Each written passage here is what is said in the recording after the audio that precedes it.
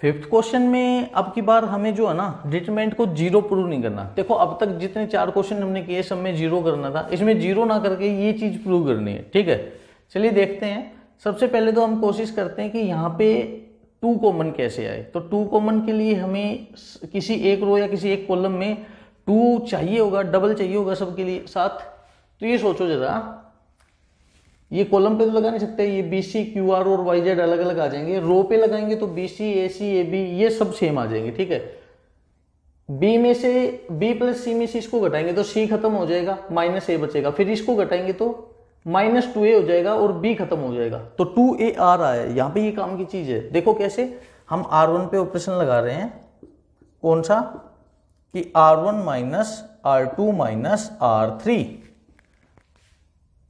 ये R2 और R3 को R1 में से घटा रहे हैं, तो ये क्या है भाई अपना b प्लस सी, इसमें से घटा रहे हैं हम किसको, c। अब ये माइनस हो जाएगा, ये माइनस करेंगे तो ये माइनस दोनों हो जाएंगे ना, और माइनस a माइनस b। ठीक है, और ये क्या है q plus r minus r minus p minus q, y plus z minus z minus x minus y, ये बन गया अभी। अच्छा R2 पे तो कोई ऑपरेशन नहीं है, तो c प्लस ए और a प्लस बी, ये क्या है अपने पास r plus p p plus q और z plus x plus y, ये बन गया अभी। अब ये देखो b से b खत्म, c से c खत्म, माइनस ए बचेगा जो कि क्या होगा माइनस 2a। तो हम यहां लिख सकते हैं इसको, हमें क्या मिल गया माइनस 2a। q से q खत्म, r से r खत्म, क्या बचेगा माइनस 2p। y से y खत्म, z से z खत्म, ये दोनों बच गया भाई माइनस 2x। यहां पे क्या है c plus a r plus p और z प्लस x, और यहां पे है अपना a plus p e plus q x plus y भी। ठीक है, ऊपर से हम माइनस 2 कॉमन ले लेते हैं, माइनस 2 कॉमन आया तो ये बचा अपने पास a c plus a plus b, और ये बचा p r plus p plus q, और ये बचा x z plus x plus y भी। ठीक है, इतना बच गया। अब आगे हम क्या करते हैं, ये देखो अगर हम c प्लस ए में से a को घटाएंगे तो c बचेगा। हमें भी c तो चाहिए ना, यहाँ चाहिए, यहाँ नहीं, यहाँ चाहिए, है ना। वो कोई बात नहीं, वो तो इसको इंटरचेंज कर लिया जाएगा रो के साथ। r प्लस पी में से p घटाएंगे r बचेगा, z प्लस x में से x घटाएंगे z बचेगा। तो हम R2 में से R1 घटा सकते हैं, उसी तरह R3 में से भी घटा के देखो b q और y मिलेंगे, b q y c r z, हमें सब कुछ मिल रहा है। तो यहाँ पे ऑपरेशन हम लगा देंगे कि हमने R2 पे ऑपरेशन लगाया R2 minus R1 and R3 पे भी ऑपरेशन लगा दिया R3 माइनस R1। देखो भाई अपने पास बाहर तो माइनस 2 है ही, ये क्या है अपने पास a p और x, भाई c प्लस ए में से a गया c, r प्लस p में से p घटाएंगे तो r बचेगा, और z प्लस x में से x घटाएंगे तो z बचेगा। a प्लस b में से a घटाएंगे b बचेगा, और p प्लस q में से p घटाएंगे तो q बचेगा, और x प्लस y में से x घटाएंगे तो y बचेगा। यहाँ पे q यहाँ पे y बचेगा, तो ये बच गया अपने पास q और y।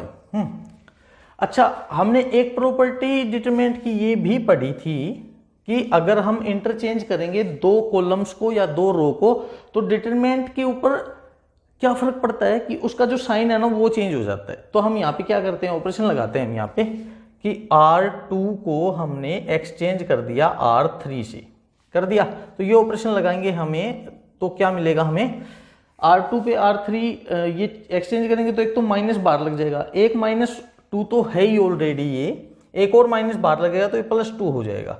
और ये क्या है, ए पी एक्स और R2 आ जाएगा R3 की जगह, R3 आ जाएगा R2 की जगह, तो BQY बीच में आ जाएगा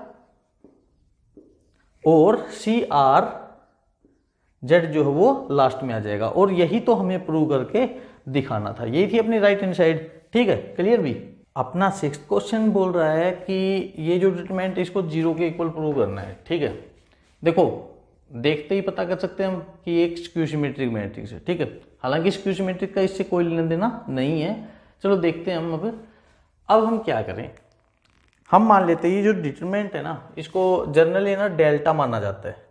ठीक है, ये डेल्टा मान लिया हमने कि ये है अपना 0 -a b a 0 c -b -c and 0। ठीक है, और इसको हमने लिख लिया कि ये है अपनी इक्वेशन नंबर 1 हमने ये भी पढ़ा है कि अगर हम किसी रो या किसी कॉलम को किसी स्केलर क्वांटिटी से मल्टीप्लाई करते हैं तो बाहर भी करना पड़ेगा, मतलब डिवाइड भी करना पड़ेगा, है ना। चलो देखते हैं। तो हम ये लिख सकते हैं इसको, डेल्टा इज इक्वल टू, हमने रो 1 को ना -1 से मल्टीप्लाई कर दिया तो ये क्या होगा 0, ये +a हो जाएगा और ये -b हो जाएगा। ठीक है, -1 से मल्टीप्लाई किया तो -1 से डिवाइड भी करना पड़ेगा। अच्छा, ये इसको भी -1 से मल्टीप्लाई करते हैं तो ये क्या हो जाएगा -a 0 और ये -c, तो -1 से बाहर भी डिवाइड करना पड़ेगा।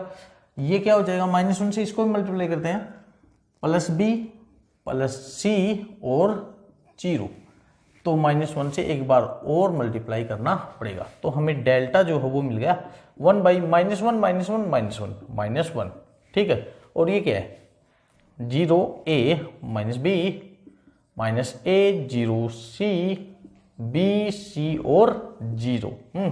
अच्छा, 1/-1 ये तो -1 ही होता है ना। और -1 इंटू कुछ भी, तो ये तो माइनस ही लगा रह जाएगा। हम ऐसे लिख सकते हैं कि माइनस इंटू दिस। अब ये देखो, क्या इसमें और इसमें कोई समानता दिख रही है? हाँ, ये इसका ट्रांसपोज है। अभी अगर रो को कॉलम और कॉलम को रो बनाए तो 0a -b 0a -b -a 0c -a 0 -c, हाँ ये माइनस है -c और bc 0 bc 0, तो ये हो जाएगा।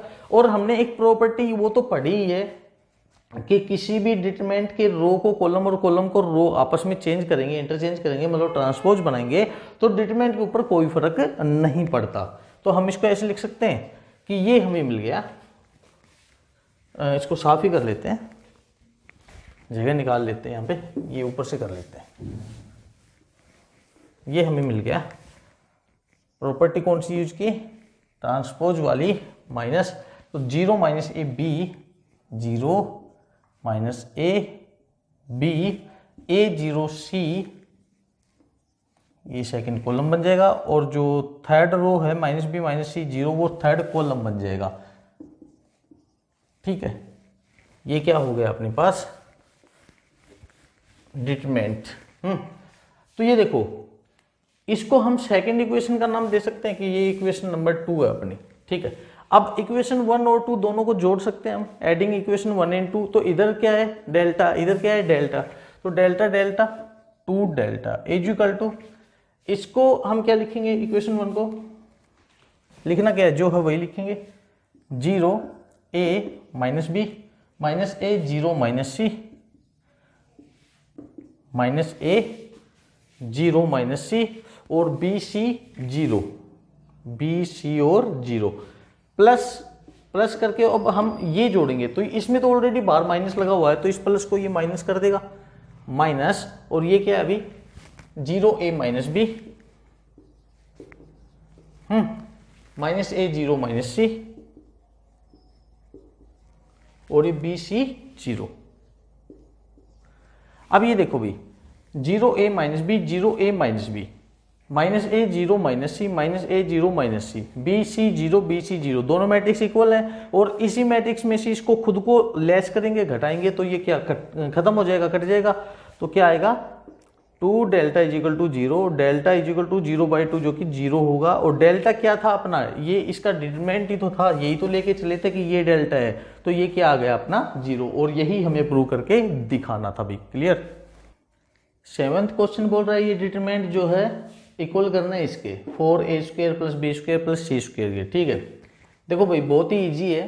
हम देख सकते हैं पहली वाली रो में ए भरे पड़े हैं, दूसरी में बी भरे पड़े हैं, तीसरी में सी भरे पड़े हैं। तो ऊपर वाली रो से हम ए कॉमन ले सकते हैं, लिख देंगे कि ए को कॉमन लिया है R1 से। ठीक है, तो ये -a बचेगा, यहाँ b बचेगा और यहाँ c बचेगा। फिर हम ये भी लिख सकते हैं कि b को R2 से कॉमन लिया है, मैं वहीं पे लिख देंगे पहले में ही। ठीक है, b को R2 से कॉमन लिया है और c को R3 से कॉमन लिया है, तो b को कॉमन लेंगे तो ये बचेगा a - b और c। यहां से हमने c को कॉमन ले लिया तो ये बचा a b और ये -c। क्लियर भी, तो यहाँ c ले लिया हमने। अब ये देखो, अब कॉलम 1 में से a को कॉमन ले सकते हैं, b को 2 में से और c3 में से c को कॉमन ले सकते हैं हम। ठीक है, तो लिख देंगे ये चीजें भी कि हमने c1 में से a को, c2 में से b को और c3 में से c को कॉमन ले लिया। तो बाहर तो a b c ऑलरेडी है, यहां से a कॉमन लेंगे तो -1 1 1 वो a बन के यहाँ बाहर आएगा तो a² बन जाएगा। दूसरे में से b कॉमन लेंगे तो 1 - 1 1 और वो b इस b को डबल कर देगा, स्क्वायर कर देगा मतलब, और यहाँ पे 1 1 1 वो c इस c का स्क्वायर कर देगा। ये इस तरह से बन जाएगा। ठीक है, अब ये देखो भाई, मैंने ये बताया था कि अगर किसी एक रो या किसी एक कॉलम के एलिमेंट्स को 0 कर लिया जाए और कोई एक एलिमेंट छोड़ दिया जाए तो उस एलिमेंट के लोग हम एक्सपेंड कर सकते हैं। तो सोचो जरा, मैं C2 को या R2 को, ठीक है, R2 को बना लूँ, इन दोनों का सम बना लूँ, इन दोनों को जोड़ लें भाई, तो क्या बनेगा? या R1 को ही बना लूँ कि R1 + R2। देखो यहाँ पे R1 को हमने क्या बनाया, R1 + R2। तो बाहर क्या है अपने पास a² + b², और सॉरी प्लस नहीं, a² × b² × c², -1 + 1 0, 1 - 1 0, 1 + 1 2। ये तो सेम रहेंगे, 1 - 1 1 1 1 1, ये -1 था लास्ट वाला। हाँ ठीक है, ये c माइनस में है ना, तो यहाँ पे -1 बचेगा, ये -1। अब ये देखो, हम है ना R1 के अलोंग एक्सपेंड कर रहे हैं, तो ये तो 0 0 खत्म कर देंगे, 2 के अलोंग होगा जो कुछ भी होगा, तो ये हो जाएगा 2 × पहले तो ये देख लो अपनी प्लस की जगह पे या माइनस की जगह पे, प्लस माइनस प्लस, प्लस की जगह पे तो 2 सेम रहेगा। ठीक है, 2 × अब ये दोनों खत्म हो जाएंगे, इन दोनों की मल्टीप्लाई 1 × 1 1 माइनस 1 × -1 -1, एक माइनस पहले से है, इनकी मल्टीप्लाई भी -1 आई तो ये प्लस हो जाएगा, तो 2 × 1 + 1 2, 2 × 2 4, तो ये 4 ये हो गया, और a² b² c² ये था, तो हम लिख देंगे इसके साथ में 4 a² b² c²। ये अपना आंसर आ गया, यही हमें प्रूव करके दिखाना था भाई। क्लियर। 8th क्वेश्चन का फर्स्ट पार्ट बोल रहा है कि ये जो डिटरमिनेंट है इसको प्रूव करके दिखाना है a - b b - c × c - a के इक्वल प्रूव करके दिखाना है। तो देखो ये जो इस तरह के क्वेश्चन होते हैं जिसमें हमें ये बताया गया होता है कि ये प्रूव करके दिखाओ, वो बहुत ईजी होते हैं। कैसे? हमें क्या प्रूव करना है, a - b। भाई a - b कब मिलेगा? अगर हम a में से ये b घटा दे। अब ये a क्या है, R1, ये b क्या है, R2। R1 में से R2 घटा दो, a - b मिल जाएगा, है ना। बाकी अपने आप ऑटोमेटिकली अरेंज होता रहेगा, पहले इस पे तो फोकस करो। अब ये क्या है, b - c, R2 में से R3 को घटा दो, b - c मिल जाएगा, ऑटोमेटिकली मिलेगा। देखो कैसे लिख देंगे हम, R1 पे हमने लगाया एंड R2 पे ऑपरेशन लगाया, R2 - R3, तो देखो भी हमें क्या मिला, 1 - 1 0, a - b और a² - b²। ये क्या अभी 1 - 1 0, b - c और b² - c²। लास्ट क्या है, 1c c², 1c and c²। अब ये देखो भाई 0 a - b और a² - b² क्या होता है, a + b × a - b लिख सकते हैं इसको। तो ये हमें क्या मिल जाएगा, यहां पे लिख लेते हैं 0 a - b, और ये क्या है, a² - b², a - b × a + b। अगली रो है अपनी 0 b - c और ये b² - c², b - c × b + c, और लास्ट है 1c और c स्क्वायर। तो हम लिख देंगे अगले स्टेप में कि R1 रो 1 में से हमने a माइनस बी को कॉमन ले लिया, a माइनस बी को कॉमन ले लिया, तो ये a माइनस बी कॉमन आया यहाँ से, और यहाँ से हमने b माइनस सी को कॉमन ले लिया, b माइनस सी। तो क्या बचा अपने पास 0 1 और ये निकल गया, तो क्या बचा a plus b, 0 1 b plus c, 1c c square, ये हो गया अपने पास। ठीक है, अब ये देखो भी अपने पास एक मात्र रास्ता है कि हम ये बोल सकते हैं कि C1 के ये जो एलिमेंट है 0 हो गए, एक बचा, इसके अलोंग हम एक्सपेंड कर सकते हैं। तो 1 के अलोंग एक्सपेंड करेंगे तो इन दोनों की मल्टीप्लाई माइनस। ठीक है, तो ये हो गया अपने पास a minus B, b minus C पहले से है, इसको यहाँ पे सोल्व कर लेते हैं। b plus c into 1 b plus c minus a plus b into 1 a plus b, क्या बचा b plus c minus a minus B, b खत्म, क्या बचा c माइनस a। अच्छा, पहले से अपने पास क्या थे a minus B into B minus सी, और वो एक और आ गया भाई c माइनस a। तो ये अपना आंसर हो जाएगा और यही हमें प्रूव करके दिखाना था। क्लियर। अगला पार्ट है 8th क्वेश्चन का अपना। इसने बोला कि अब की बार ये प्रूव करके दिखाना है। कोई बात नहीं भी, अपने पास एक तरीका है, a माइनस बी चाहिए तो a में से b घटाओ। अब की बार हम कॉलम 1 में से कॉलम 2 घटा देंगे, b माइनस सी चाहिए तो कॉलम 2 में से कॉलम 3 घटा देंगे। चलो करते हैं अभी। C1 पे ऑपरेशन लगाया हमने, C1 minus C2 and C2 पे लगाया C2 माइनस C3। देखो तीन ऑपरेशन एक साथ में नहीं लगा पाएंगे, ठीक है, कहीं आप लोग ये समझो एक और लगा दें जिससे एक और चीज आ जाए, नहीं, तीसरा ऑपरेशन एक साथ हम नहीं लगा पाएंगे, दो दो लगते हैं। और अगर तीनों रो पे या तीनों कॉलम पे एक साथ ऑपरेशन लगाए तो ऑपरेशन एक ही लगता है। जैसे मतलब मान के चलो फॉर एग्जांपल मैं ऐसे बोलूँ कि C1 को हमने C1 plus C2 plus C3 ऐसे बना दिया, मतलब एक ही ऑपरेशन में तीनों कॉलम का यूज कर लिया, या फिर रो हो तो रो का यूज कर लिया। तो ऐसे केस में हम एक स्टेप में एक ही ऑपरेशन लगाएंगे। जैसे इसमें दो लगा दिए ना ये, तो ऐसे केस में हम दो दो नहीं लगा पाएंगे। इसमें दो लगा सकते हैं क्योंकि दो दो हमने कॉलम लिए, ठीक है। तो देखो इसको सोल्व कर रहे हैं हम आगे, ये वाला operation 1 minus 1 a minus B और a cube minus B cube, 1 minus 1 b minus c b cube minus c cube, 1c c cube, ये आ गया अभी अपने पास।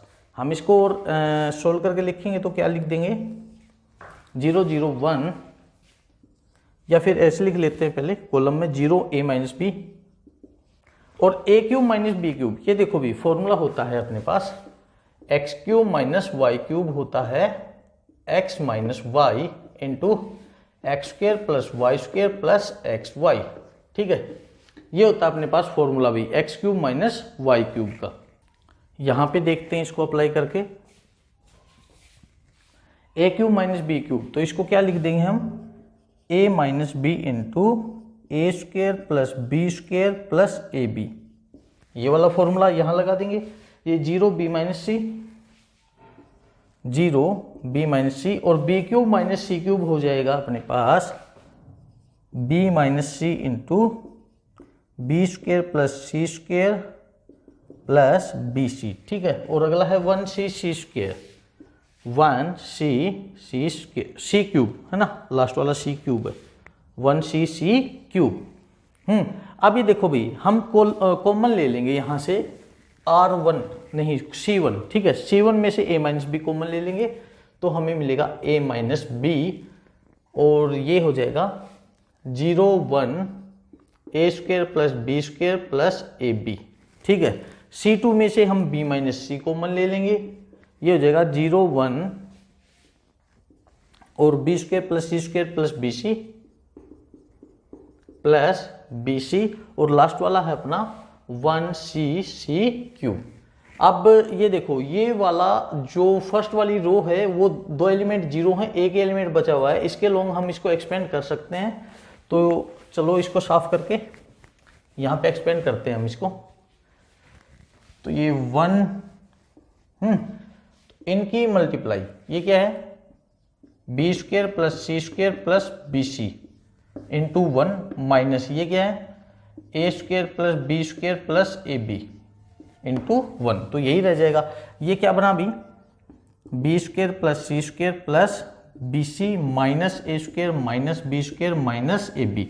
ये देखो कौन खत्म हुआ, बी स्क्वायर खत्म हो गया, क्या बचा, C square minus A square, C square minus A square plus B C minus A B plus B C minus A B. यहाँ से कुछ कॉमन आ रहा है, ये देखो भाई सी स्क्वायर माइनस ए स्क्वायर को हम लिख सकते हैं सी minus A into C plus a, plus इसमें से हमारे पास बी कॉमन आ रहा है तो ये हो गया सी minus A, B into C minus ए।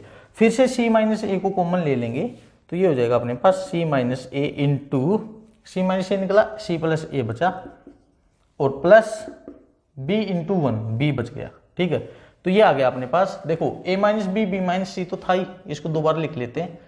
क्या था अपने पास, a minus B into B minus C, ये था, और एक्सपेंड होने के बाद आया अपने पास c माइनस ए और into a plus B plus C, a plus B plus C, और यही चीज हमें यहाँ पे प्रूव करके दिखानी थी भी। तो इस तरह से ये अपना 8th क्वेश्चन का सेकंड पार्ट भी बहुत ही इजी तरीके से सोल्व हो गया है। क्लियर।